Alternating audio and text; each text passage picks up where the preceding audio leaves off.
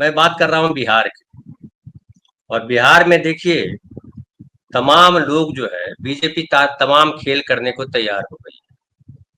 और ये देखिए मैं आपको दिखाता हूँ आज तक जो लिख रहा है, इसको समझिए और इससे पता चलेगा कि कहाँ चल। देखिए यह वाराणसी पहुंचे ज्योतिष पीठ के शंकराचार्य स्वामी अभिमुक्तेश्वरानंद सरस्वती ने बड़ा बयान दिया है। इन्होंने नेपाल में लोकतंत्र की जगह राजतंत्र लागू करने की मांग की। शंकराचार्य ने कहा कि नेपाल में जब तक राजतंत्र था तब तक कोई गड़बड़ी नहीं थी। चीन ने प्रचंड को खड़ा करके नेपाल में लोकतंत्र का माहौल बनाया, लेकिन जनता अब असंतुष्ट है और राजतंत्र वापस चाहती है। शंकराचार्य ने कहा कि हिंदू समाज की शासन व्यवस्था राजतंत्र है, इसलिए विश्व में कम से कम एक जगह ऐसी हो जहां वेद मंत्रों से अभिषिक्त राजा राज करे और पूरी दुनिया को दिखाया जा सके हमारी परंपरा से भी कल्याण हो सकता है। इसके अलावा उन्होंने जो है और दूसरा कहा है कि राजतंत्र की बाकायदा इन्होंने मांग की है। ये देखिए मैं दूसरा आपको एक और स्लाइड दिखाता हूँ और इससे आप समझिए कि किस तरीके से कोशिश की जा रही है बिहार में एक माहौल बनाने की, ताकि जो है जो संविधान समर्थन के जो माहौल बने हैं वो माहौल खत्म हो। और अभिमुक्तेश्वरानंद, उनके अलावा जो है वो धीरेन्द्र शास्त्री, वो वहाँ यात्रा निकाल रहे हैं और कहा जा रहा है कि ये लोग भी अपनी सीटें खड़ा करेंगे वहाँ लोगों को। इनके अलावा जो है देखिए वहाँ जा रहे हैं प्रधानमंत्री 7 बार दौरा कर चुके हैं। उनके अलावा 13 तारीख को नड्डा जा रहे हैं, यानी कल। 15 तारीख को मोदी जी जाएंगे बिहार, 17 तारीख को अमित शाह जाएंगे बिहार। और अभी गए हुए हैं पीयूष गोयल। पीयूष गोयल कह रहे हैं कि जो बिहार है उस बिहार में कृषि ने कितना काम किया है। ओडीओपी के माध्यम से अब किसानों का सपना हो रहा साकार, स्थानीय उत्पादों को मिल रहे दुनिया भर के बाजार। प्रधानमंत्री नरेंद्र मोदी जी के संवेदनशील नेतृत्व में किसानों को समृद्ध बनाने की दिशा में हम लगातार आगे बढ़ रहे हैं। देखिए कितना खूबसूरत फोटो लग रहा है, लेकिन बिहार के किसान और उनके खेत इतने खूबसूरत नहीं।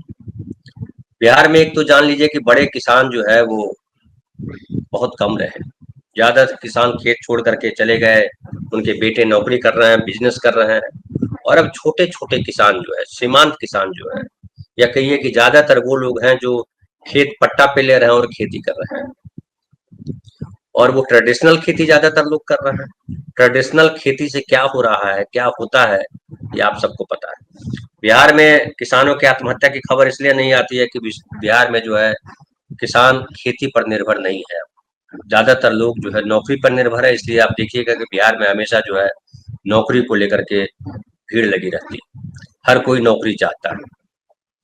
और बिहार में जिस तरह से आंदोलन हो रहा है, अभी देखिए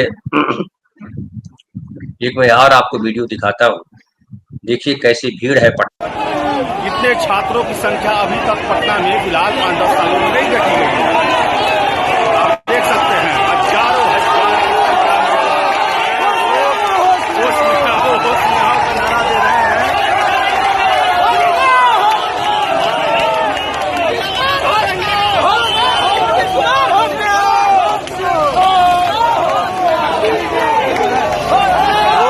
बता दें इसमें कंप्यूटर के कैंडिडेट भी हैं, कंप्यूटर छात्र भी हैं जो कंप्यूटर क्या चाहते हैं।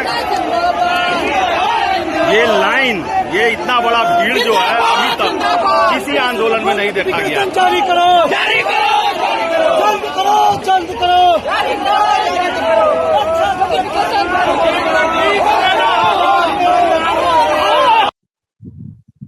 तो ये देखिए कि बिहार में ये आंदोलनरत हैं छात्र, लाठी भी चली है उन पर और अलग अलग किस्म के आंदोलन हो रहे हैं। अब इसमें दो धारा है। एक कह रहे हैं कि आंदोलन जो है नीतीश कुमार के खिलाफ माहौल करने के लिए। राजस्थान का भी एक मैं वीडियो दिखाऊंगा, वहां भी भारी जो है आंदोलन चल रहा है, वहां भी लोग। ये देखिए ये राजस्थान का वीडियो है और राजस्थान में जो कोटा में ये आंदोलन चल रहा है। 3 लाख से ज्यादा लोग बताया जा रहा है कि लोग जमा हुए। तो ये राजस्थान का हाल है। और बिहार को बदनाम करने में कोई नेता यहाँ का चूकता नहीं है। बिहार के लोग तो जो बोलते हैं, बाकी देश भर के नेता बोलते रहते हैं बिहार ये है, बिहार वो है, लेकिन बिहार को क्या दिया? अभी मैं कल देख रहा था एक कि जो है बता रहे हैं कि बोध गया में किस तरह से आईआईएम कितना भव्य खुला है वहां पे, लेकिन आप वहां जाइए, क्या बिहार के बच्चों का एडमिशन पॉसिबल है? मिनिमम 10 लाख रुपया फीस है। 10 लाख रुपया फीस देने वाली स्थिति में बिहार में कितने लोग हैं, ये अपने आप में रिसर्च का विषय है। और पटना में अब जाइए कि पटना में ढेर सारी यूनिवर्सिटी खुल गई है, और चाणक्य यूनिवर्सिटी, लॉ यूनिवर्सिटी, फलाना यूनिवर्सिटी, लेकिन उसकी फीस अगर जानिएगा तो चक्कर आ जाएगा। तो आप प्राइवेट लोगों को जगह दे रहे हैं और तमाम चीजें जो है वो उन लोगों के लिए कर रहे हैं जो बड़े तबके के लोग हैं। अब इससे ये भी अब कहा जा सकता है कि बिहार का पैसा बाहर नहीं जाएगा, वहीं रहेगा, लेकिन बिहार में जो संस्थान खोले गए हैं, क्या वो नेशनल लेवल पे हैं? वो क्या उनकी चर्चा जो है उस लेवल पे होती है कि जहाँ बाकी समझिए आईआईटी, पटना आईआईटी है या पटना आईआईएम है, पटना आईआईटी, पटना आईआईएम की क्या हैसियत है? बिहार के बच्चे वहां नहीं पढ़ना चाहते, ज्यादातर वो चाहते हैं कि दूसरे जो बड़े संस्थान है वहां जाए, और उसकी वजह है कि वहां पे आपने संस्थान तो खोल दी, लेकिन उसकी क्वालिटी कैसे बेहतर हो इस पर काम नहीं कर रहा है, ये सबसे बड़ी दिक्कत है। अब बिहार में अभी दिक्कत ये हो गई है कि भारी कंफ्यूजन है। नीतीश कुमार ने 20 साल में जो काम किया है, बहुत सारे लोगों को लगता है कि वो नीतीश कुमार ने जो काम किया है वो कंटिन्यू रहना चाहिए और उनको काम करने का मौका देना चाहिए। अब तो जनसुराज के जो नेता है वो भी बोलने लगे हैं, इस तरह की बात करने लगे हैं। दूसरी तरफ जो है नीतीश कुमार के साथ जाने से एक दिक्कत ये समझ में आ रही है कि बीजेपी वहां लगातार हावी हो रही है, और नीतीश कुमार को वोट देने का मतलब बीजेपी को वोट देना कहा जा रहा है कि नीतीश कुमार को अगर आप वोट दे रहे हैं, नीतीश कुमार की जगह पे अब सामाजिक न्याय की जगह पर आप जो है वो मजबूत हो जाएगा, वही जो आरएसएस का एजेंडा है वो बिहार में मजबूत होगा, क्योंकि नीतीश कुमार अब इस पोजीशन में नहीं है कि अपने तरीके से बिहार को संभाल सके। ये एक जो है दूसरा खतरा है। तीसरा, लोग बात कर रहे हैं कि अगर लालू प्रसाद जी का बेटा आया तेजस्वी यादव, तो तेजस्वी यादव फिर वही कर देगा जो होता रहा है, जंगल राज जिसको कहते हैं, यादव राज हो जाएगा, फलाना मुसलमानों का राज हो जाएगा। तो दोनों तरह की बातें प्रचारित की जा रही है, लेकिन अब इसमें एक बड़ा, मुझे भी कई दफा लगता है लोगों से बात करने के बाद कि ये कहाँ जा रहा है, बिहार में होने वाला क्या है, ये बड़ी चिंता का विषय है। और मेरी चिंता दरअसल ये है कि अगर बीजेपी पूरे तौर पे वहां मजबूत होती है, उससे सबसे बड़ा खतरा है संविधान, और ये संविधान को जो खतरा है, ये जो अभी मुक्तसरानंद कह रहे हैं, जो धीरेन्द्र शास्त्री कह रहे हैं, जो ढेर सारे प्रवचनबाज देने वाले बाबा कह रहे हैं, जो बीजेपी के नेता कर रहे हैं, जो आरएसएस कर रहा है, वो तमाम जो है उस दिशा में बढ़ रहे हैं जहाँ पे संविधान खत्म कर दिया जाएगा, संविधान बचेगा नहीं, मनुस्मृति लागू हो जाएगी। अभी गांव गांव जाके देखिए, गांव गांव में बिहार में जो है वो कलश यात्रा चल रही है, पूजा पाठ ये सब जो है सारे कर्मकांड जो है बहुत तेजी से बढ़ रहा है। लेकिन दिक्कत ये हो जाती है कि लालू प्रसाद यादव भी चले जाते हैं पिंडदान करने। कुछ लोग कह सकते हैं कि आप जो है मंदिर की तरफ जा रहे हैं तो क्या दिक्कत है, मस्जिद की तरफ जा रहे हैं तो क्या दिक्कत है, लेकिन जो बड़े नेता हैं वो भी अगर इसी पाखंड में फंस जाते हैं तो फिर आम आदमी फिर लगता है कि अरे लालू प्रसाद के बेटे को वोट देके क्या फायदा है, जब यही पिंडदान ही कराना है और पूजा अर्चना करने के बाद, अल्लाह अकबर करने के बाद ही तरक्की है जीवन में, तो फिर तो बीजेपी सही है। बीजेपी तो वही कर रहा है, मंदिर बनाओ, वो मंदिर बनाएंगे तो आप मस्जिद बनाएंगे, ओवैसी साहब कहेंगे कि मस्जिद बनाओ तो मंदिर मस्जिद बनाओ। तो ये मैं देख रहा हूँ कि जो है राहुल गांधी को भी लेके चले जाते हैं मंदिर की तरफ, फिर मस्जिद की तरफ लेके चले जाते हैं। तो ये मंदिर मस्जिद जब करेंगे ना, तो जाहिर है आप संविधान के साथ चलने लगेंगे, संविधान के साथ नहीं चलेंगे। संविधान के साथ चलने के लिए जरूरी है कि आपको जो संविधान में कहा गया है, जो न्याय की बात की जा रही है, लिबर्टी की बात की जा रही है, भाईचारे की बात की जा रही है, इन सबको जगह देनी पड़ेगी, और उसके लिए आवश्यक है कि शिक्षा और स्वास्थ्य को जगह दी जाए। शिक्षा और स्वास्थ्य के क्षेत्र में जो काम हो रहा है बिहार में, उसमें आम आदमी कितना लाभान्वित हो रहा है, ये अपने आप में रिसर्च का सब्जेक्ट, ये एक दिन की बात नहीं है। मतलब इसमें अगर 3-4 महीना लगातार लगा जाए तब फैक्ट पता चलेगा, और उस फैक्ट को भी कई तरीके से लोग खारिज करेंगे, कई तरीके से चीजों को ये करेंगे। जैसे मैंने आपको बताया कि बोध गया में आईआईएम खुल गया है, लेकिन वो आईआईएम किसके लिए खुला है? क्या गरीब बच्चे वहां पढ़ सकते हैं? जिनके जो बड़ी मुश्किल से पढ़ाई करते हैं उनके लिए वो आईआईएम है? तो वहां जब मिनिमम फीस 10 लाख है और 10 लाख से 30 लाख तक की फीस है तो क्या होगा। अब कहा जा रहा है कि वहां पे स्कॉलरशिप भी है 100%, 50%, 25%, ये सब कहा जा रहा है। तो अभी जो हालत है वहां पे बिहार में वो गडमड है। आम आदमी जो है कई भाग में बटा हुआ है। एक तो जाति बड़ा इंपॉर्टेंट है बिहार में, आप जानते हैं कि जाति का खेल वहां चलता रहता है, और जाति के खेल के बीच धर्म का जिस तरह का खेल चल रहा है वो अपने आप में भयावह खेल है। अब उसमें तीसरी धुरी बन करके आए हैं जनसुराज वाले, वो भी मैं आपको दिखाता हूँ। जनसुराज के जो नेता है, ये देखिए आप, पीके जी, पीके जी की यात्रा चल रही है। ये पीके जी की जो है चनपटिया पश्चिम चंपारण में है, वहां इनकी यात्रा एक निकली और ये भीड़ जो है देख लीजिए।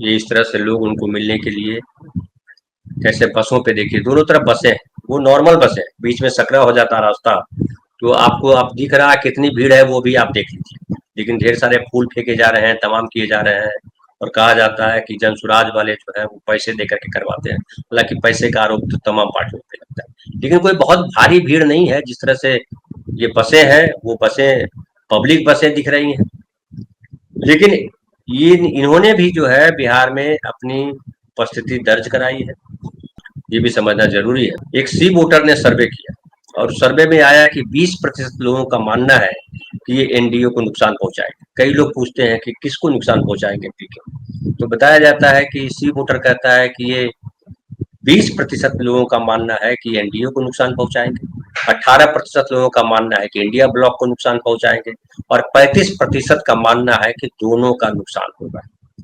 और एक जो अब तक जो चल रहा है उसमें यही है सर्वे में कि, या जो वहाँ पे जमीन पे भी जो निरीक्षण कर रहे हैं, समझ रहे हैं, मैं भी गया था तो जो मुझे समझ में आया कि अभी जो वहाँ बिहार में जो लड़ाई है वो लड़ाई दो ध्रुवों के बीच है। एक है इंडिया गठबंधन जिसको महागठबंधन कहते हैं बिहार में, और दूसरा है एनडीए। बाकी तीसरा ध्रुव जो है वो वोट काटने वाली भूमिका में ही होंगे। कुछ सीटें अगर आ भी जाती है तो वो सीटें उस लायक नहीं होगी कि वो सत्ता में कोई महत्वपूर्ण भूमिका निभा सके। तो जो प्रशांत किशोर जी की पार्टी है उनके साथ भी ऐसी बात है कि वो कहा जा रहा है कि वो जो है जो पिछले बार जो 2020 में एलजेपी ने किया था, यानी रामविलास पासवान जी के लड़के चिराग पासवान ने किया था, वही इस बार ये कर सकते हैं। प्रशांत किशोर ने खुद ही एक इंटरव्यू दिया था जिसका था कि हम दोनों का वोट काटेंगे और इतना काटेंगे कि दोनों खत्म हो जाएगा। हालांकि ये लाइन थोड़ी अतिरेक है, इतना काटेंगे कि दोनों खत्म हो जाए, लेकिन दोनों के वोट कुछ कटेंगे। और जो उपचुनाव हुए थे पिछली बार, आपको पता है कि वहाँ उपचुनाव हुए थे बिहार में, और उसमें 4 सीटें जो इंडिया गठबंधन के पास थी वो हार गए थे वो लोग, और एनडीए जीत गया था। तो उस तरह से कहा जा सकता है कि एनडीए को फायदा हो गया, लेकिन उसमें बहुत काम करता है कि आप उम्मीदवार कैसे देते हैं। अब अभी कहा जा रहा है कि राजद की तरफ जो है, राजद के टिकट लेने के लिए लंबी लाइन लगी हुई, और जहां जहां सिटिंग विधायक है खास करके वहां भारी हंगामा चल रहा है। भारी हंगामा मतलब भारी भीड़ चल रही है, सब लोग प्रयास में है कि हमको टिकट मिल जाए, हमको टिकट मिल जाए, हमको टिकट मिल जाए। यानी कहा जा रहा है कि इस बार राजद का एक दिख रहा है और आके राजद जो है इस बार सत्ता में आ सकती है। तो अभी जो फिलहाल जो स्थिति वहां दिख रही है बिहार में, उस संविधान को बचाने की असली लड़ाई होनी चाहिए। और संविधान कैसे बचेगा, तो कई लोग बोलते हैं कि आरजेडी आएगी तो, या महागठबंधन आएगा तो फिर वही सब तमाशा हो जाएगा। मैं इसमें थोड़ा सा अलग रखता हूँ राय। इस बार अगर एनडीए गठबंधन की सरकार बनती है तो नीतीश कुमार की कुछ चलेगी, ये मुझे दिखाई नहीं पड़ा। मुख्यमंत्री नहीं बनाए जाते हैं या बनाए भी जाते हैं तो प्रभाव बीजेपी का रहेगा, और बीजेपी का अगर प्रभाव रहेगा तो संविधान कहाँ दिखाई पड़ेगा, ये समझने वाली बात है। उत्तर प्रदेश से अंदाजा लगा लीजिए, मध्य प्रदेश से अंदाजा लगा लीजिए। और खास करके आरक्षण का हम लगातार इस पर बात कर रहे हैं कि आरक्षण की जो हैसियत बना दी गई, आरक्षण को जिस तरह से खत्म करने का प्रयास किया जा रहा है, जो माहौल बनाया जा रहा है आरक्षण को लेकर के, या जिस तरह से बेईमानी की जा रही है आरक्षण को लेकर के, और जिस तरह से भय खड़ा किया जा रहा है कि हिंदू राष्ट्र, अगर अगर अगर आप हिंदुओं की बात नहीं करेंगे, हिंदुओं का एकजुट नहीं होंगे तो मुसलमान कब्जा कर लेंगे, ये सब जो भ्रम फैलाया जा रहा है, ये अगर इस चक्कर में फंस गए तो फिर निकलना मुश्किल हो जाएगा बिहार का। और बिहार में अगर जीत जाते हैं ये लोग तो फिर सामाजिक न्याय जो है कहाँ दिखाई पड़ेगा, वो दलित पिछड़े फिर गीत गाते नजर आएंगे, ऐसा मुझे दिख रहा है। अगर अगर लगता है कि अगर आरजेडी सत्ता में आती है और फिर वही लालू प्रसाद जी के समय जो शासनकाल में हुआ था, हालांकि मैं इस बात से सहमत हूं कि लालू प्रसाद जी को बदनाम बहुत किया गया ना, लालू प्रसाद जी ने गलतियां भी बहुत कुछ की, इससे भी इनकार नहीं किया जा सकता, लेकिन लालू प्रसाद को बदनाम भी किया गया, ये भी सही बात है। बिहार में यादव एक तरह से साधु यादव और उन्होंने मिलकर के जो किया था वो भी छुपा नहीं। हालांकि अभी भी मैं देख रहा हूँ कि अभी भी तेजस्वी यादव जो है यादवों से ही मोस्टली घिरे हुए हैं, और उनको कोई कुर्मी या कोई कोयरी या कोई अति पिछड़ा जाति का नेता दिखाई नहीं पड़ता है। जो आप शक्ति सिंह यादव देखिए पूरा मीडिया कंट्रोल करते हैं, एक संजय यादव है जो पूरी चीजों को कंट्रोल करते हैं, ज्यादातर वही लोग हैं। तो इससे एक माहौल बनता है। हालांकि मैं फिर भी मानता हूँ कि यादव राज आ जाए तो भी बेहतर है, बनस्पत इसके कि ये जो है जो ये करने जा रहे हैं, ये जो बीजेपी वाले जो करते रहते हैं, मैं इस मामले में खड़ा हूँ।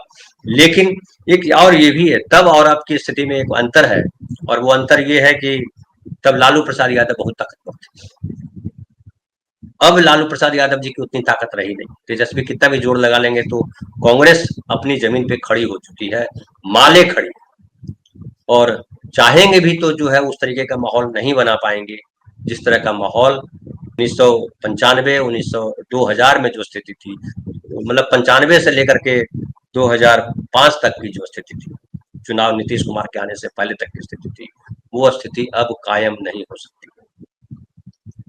तो ये है। लेकिन सबसे बड़ा संकट है कि अगर जो कह रहे हैं अभी मुक्तेश्वरानंद कि राजतंत्र स्थापित करेंगे, और जो हिंदूवाद का जो वहां जो आप देखिएगा चुनावी भाषणों के समय जो आएगा हिंदू हिंदू करके, और उसका जो खामियाजा भुगतना पड़ेगा बिहार को। बिहार सामाजिक न्याय की जमीन है वहाँ, और 64 के बाद 65, 66, 67 ये जो पूरा दौर है सामाजिक न्याय की, वहां से शुरुआत मानी जाती है। और चाहे जगदेव बाबू हो, चाहे कर्पूरी ठाकुर हो, चाहे उनके बाद लालू प्रसाद यादव जी हो, चाहे नीतीश कुमार हो, ये तमाम लोगों ने सामाजिक न्याय को मजबूत किया, लोकतंत्र एक तरह से मजबूत हुआ। नीतीश कुमार के शासनकाल में भी आप कितनी आलोचना करें, लोकतंत्र मजबूत हुआ। लालू प्रसाद यादव जी के शासनकाल में भी आप कितनी आलोचना करें, लेकिन लोकतंत्र मजबूत हुआ। और ये जो ब्राह्मणवाद है, सामंतवाद है, उसको चोट लगी, और ये सामंतवाद को चोट लगना जरूरी है। नहीं तो अगर राजतंत्र की जिस तरह से बात कर रहे हैं अभी मुक्तेश्वरानंद, और बड़ा बढ़िया प्रियंका भारती ने बोला कि जो जिस तरीके से चारों शंकराचार्य ब्राह्मण है, वहां 100% रिजर्वेशन इनको चाहिए, लेकिन बाकी जगह रिजर्वेशन अगर आ जाए तो उनको बड़ी तकलीफ हो जाती है कि रिजर्वेशन आ गया, रिजर्वेशन आ गया। और कितनी पीढ़ियों तक, कब तक रिजर्वेशन होगा? तो जब तक आप गाली देते रहोगे तब तक रिजर्वेशन होगा। लेकिन ये है कि विजेंद्र सिंह कह रहे हैं कि धनंजय जी आप बीएसपी को जानते नहीं हैं या बीएसपी का नाम नहीं लेना चाहते हैं। गजब से, मैं बीएसपी को आपसे ज्यादा जानता हूं विजेंद्र, और बीएसपी क्या उत्तर प्रदेश में कर दिया, जब मायावती जी ने किस तरह से बर्बाद किया पूरे आंदोलन को, वो भी मैं जानता हूँ। और बिहार में आकर के कुछ नहीं होने वाला है, एक आध सीट कहीं ले आएंगे तो उसका क्या होगा? बीएसपी और फलाना एसपी अभी बाद में करते रहिएगा सारे एसपी, अभी तो लड़ना है बीजेपी से। क्या बीएसपी बीजेपी से लड़ती दिखाई पड़ती है? हमें तो नहीं दिखाई पड़ती। और ये ओबीसी जातियां जब तक नहीं खड़ी होंगी ना, तब तक कुछ नहीं होने वाला। आप दलित का वोट लगा के घूमते रहोगे, और दलित का फाइनली क्या होता है? आप बिहार में जाओ, दलितों का क्या, दलित किसके साथ खड़े हैं? मांझी जी और चिराग पासवान क्या कर रहे हैं, किसको मजबूत कर रहे हैं? और वहां जाकर के लड़ाई लड़ने जाएंगे, और 25 सीट पर अगर बीएसपी अपनी सीट उतार देते हैं कैंडिडेट, तो कौन जीतेगा इससे? तो ये बड़ा समझने की बात है। और ओबीसी 50-52% है, उसकी लड़ाई को जो है आप कमजोर कर रहे हो, उस तरह से बीजेपी के साथ जाके खड़े हो जाते हो।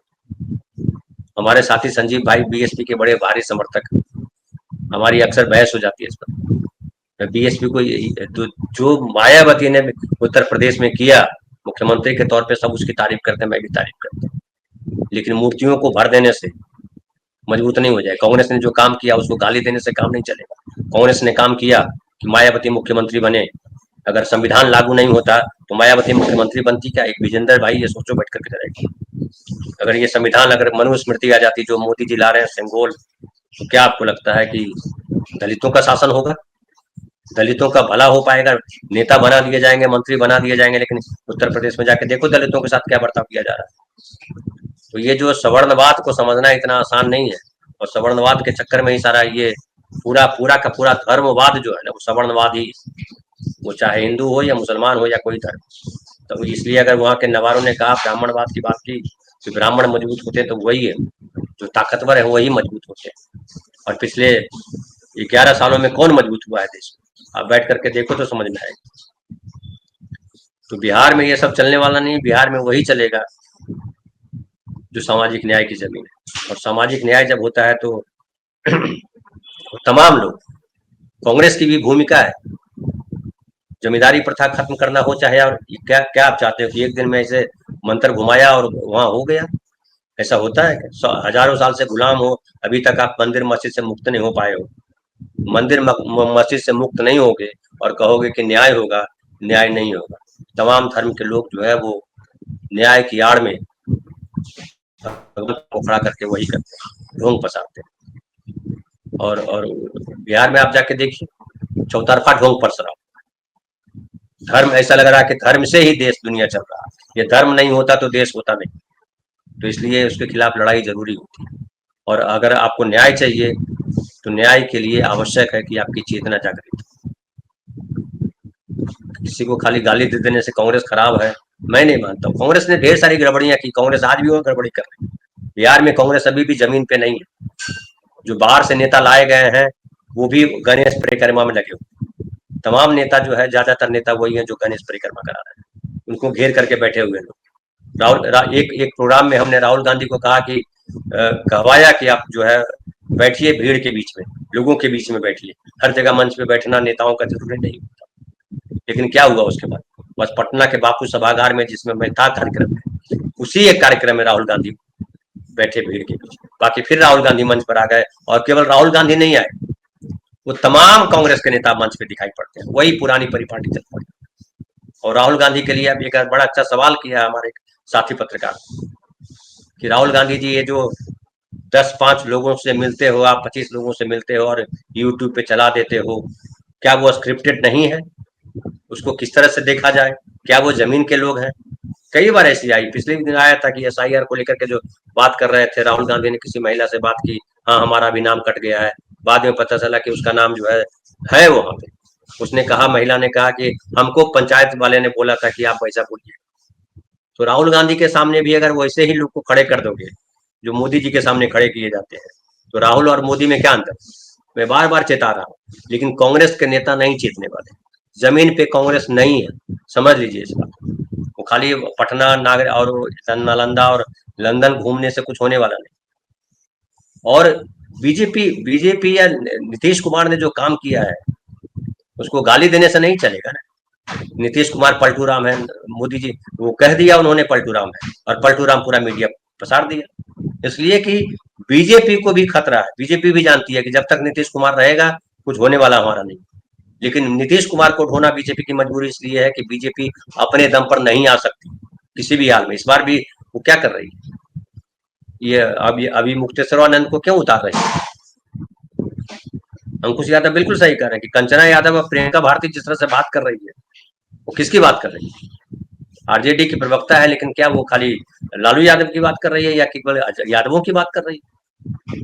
तो इसको समझना जरूरी है। और मैं फिर वो बात आती है कि आपको चुनना हो तो क्या चुनेंगे आप? सामंतवाद चुनेंगे या आप जो है लोकतंत्र चुनेंगे? ये बड़ा इंपॉर्टेंट हो जाता है। और बिहार में जो फिलहाल तस्वीर है वो बड़ी उलझी हुई है। हमारे साथी कल कह रहे थे कि जब तक उम्मीदवारों का टिकट नहीं तय हो जाता है तब तक कहना मुश्किल है कौन जीतेगा कौन हारेगा, क्योंकि उम्मीदवारों के टिकट बड़े महत्वपूर्ण है। और एक और सर्वे मैं देख रहा था, उसमें आ रहा था कि 54% लोग, 54% लोग बिहार के विधायकों से नाराज है। तो अब वो भी देखना होगा कि कितने टिकट काटते हैं कौन। अपने जो उनके सिटिंग विधायक हैं। क्योंकि बिहार में मैं एक लगातार देख रहा हूँ कि सारे विधायक, लगभग विधायक जो है अपने क्षेत्र में नहीं होते, अयासी में लगे रहते हैं। कहाँ से पैसा आएगा? हम अपने क्षेत्र के विधायक की बात करें, जिस क्षेत्र के हम रहने वाले हैं, तो आप जाइए तो पता चलेगा विधायक को 100 लोगों में से 80 लोग गाली देते हैं। लेकिन चूंकि नीतीश कुमार को जिताना है, नीतीश कुमार को वोट देना है, इसलिए उसको वोट दिया जाता है। पिछले 5 बार से 7 बार से वो विधायक बना हुआ, उसके बाद भी विधायक बने रहते थे और बोलने नहीं आता, कहीं आपने उसकी आवाज नहीं सुनी, केवल कमीशन और क्या क्या चलता रहता है। तो ये नीतीश के विधायक हो, आरजेडी के विधायक हो, कांग्रेस के विधायक हो, बीजेपी के विधायक हो, सबका एक काम रह गया, कहाँ से पैसा आता है और कैसे इसको ऊपर हो जाए। क्योंकि टिकट भी पैसे से मिलता है, चुनाव भी पैसे से जीता जाता है, भीड़ भी पैसे से लाई जाती है, प्रेस पैसे से खरीदे जाते हैं। आप जाइए वहां 2 लाख रुपया दीजिए, आपका इंटरव्यू चलने लगेगा। ये जो जुलूस निकाला जा रहा है बिहार में, 1.5 लाख, 2 लाख, 5 लाख, ये लोग भी लाए जा रहे हैं, इनमें भी कई तरीके के लोग भर दिए गए। तो बड़ा गड़बड़ कर दिया गया। इस गड़बड़ को कैसे, तो एक बैठ करके चीजों को क्लियर करना पड़ेगा। जो सामाजिक लड़ाई, सामाजिक न्याय की लड़ाई लड़ना चाहते हैं, जो लोकतंत्र बचाने की लड़ाई लड़ना चाहते हैं, उनको बैठ के विचार करना पड़ेगा। कम से कम आप मंच पे तो दिखो, आप फोटो में तो दिखो, पोस्टर में भी तो दिखो कि आप सामाजिक न्याय कर रहे हैं। आप जमीन पे तो बताओ। अभी जाइए ना, तमाम मतलब SIR हुआ, SIR में लोगों के नाम जिस तरीके से काटे गए हैं और उसको जुड़वाने का काम कौन करेगा? BLOज या कोई भी सरकारी कर्मचारी आप जाइए बिहार में, सीधे मुंह बात करने को तैयार है क्या सामान्य लोगों के साथ? नहीं तैयार है। इतनी भारी नौकरशाही, अफसरशाही है, बिना पैसा के कोई काम नहीं होता। तो उसको अगर पैसा ले रहा है अफसर, अफसरशाही है, उसको कंट्रोल करने का काम किसका है? उसका कंट्रोल करने का काम राजनीतिक कार्यकर्ताओं का है।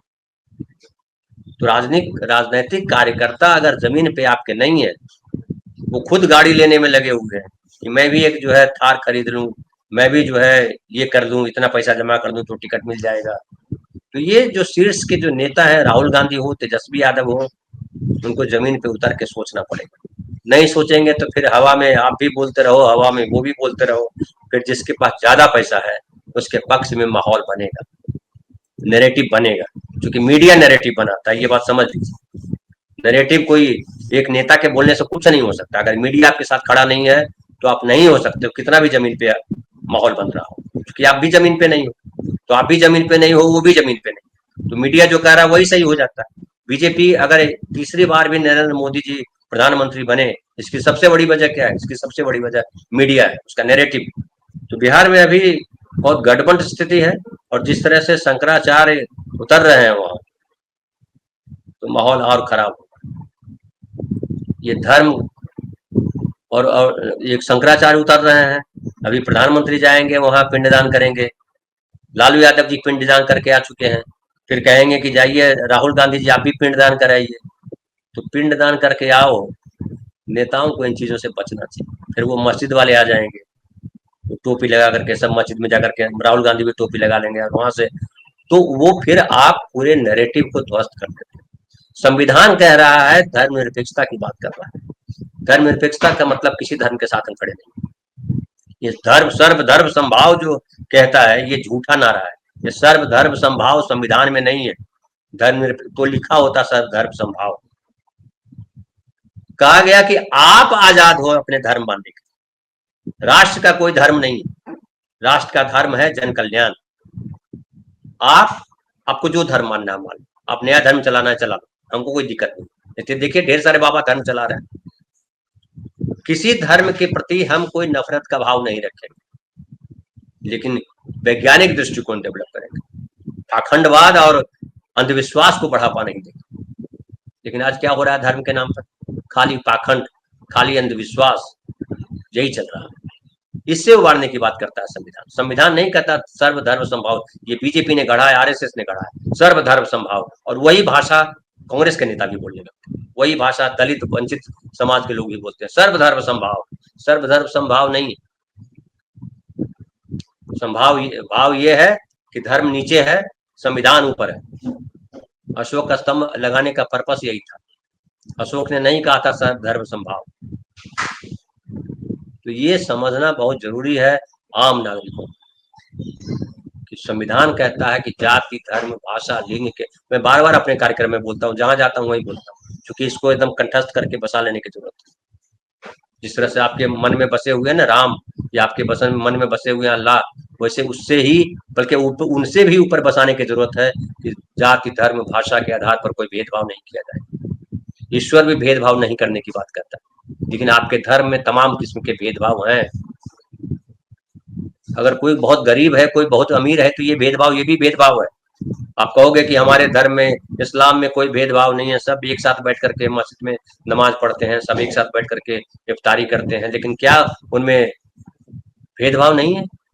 उनके बच्चे वैसे ही पढ़ते हैं जैसे आप बड़े लोगों के बच्चे पढ़ते हैं, उनको वही खाना मिलता है जो बड़े लोगों को खाना मिलता है। क्या उनका भी वही जीवन स्तर है जो बड़े लोगों का जीवन स्तर है? तो फिर किधर से एक हो गया, कैसे एक हो गया?